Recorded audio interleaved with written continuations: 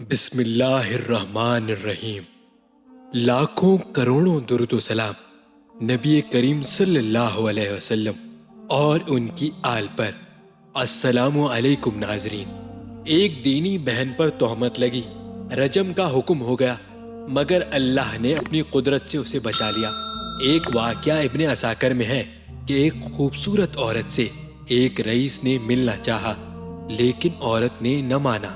اس طرح 3 اور شخصوں نے بھی اس سے بدکاری کا ارادہ کیا، لیکن وہ باز رہی۔ اس پر وہ روزہ اکڑ گئے اور آپس میں اتفاق کر کے حضرت داؤد علیہ السلام کی عدالت میں جا کر سب نے گواہی دی کہ وہ عورت اپنے کتے سے ایسا کام کراتی ہے۔ چاروں کے متفق بیان پر حکم ہو گیا کہ اسے رجم کیا جائے۔ اسی شام کو حضرت سلیمان علیہ السلام اپنے ہم عمر لڑکوں کے ساتھ بیٹھ کر آپ حاکم بنے، اور 4 لڑکے ان لوگوں کی طرف آپ کے پاس اس مقدمے کو لائے اور ایک عورت کی نسبت یہی کہا۔ حضرت سلیمان علیہ السلام نے حکم دیا کہ ان چاروں کو الگ الگ کر دو۔ پھر ایک کو اپنے پاس بلایا اور اس سے پوچھا کہ اس کتے کا رنگ کیسا تھا؟ اس نے کہا سیاہ۔ پھر دوسرے کو تنہا بلایا اور اس سے بھی یہی سوال کیا۔ اس نے کہا سرخ۔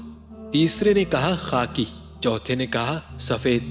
آپ نے اسی وقت فیصلہ کر دیا کہ عورت پر نری تہمت ہے اور ان چاروں کو قتل کر دیا جائے۔ حضرت داؤد علیہ السلام کے سامنے بھی یہ واقعہ بیان کیا گیا۔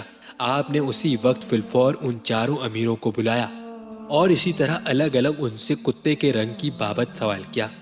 یہ گڑبڑا گئے، کسی نے کچھ کہا، کسی نے کچھ کہا۔ آپ کو ان کا جھوٹ معلوم ہو گیا اور حکم فرمایا کہ انہیں قتل کر دیا جائے۔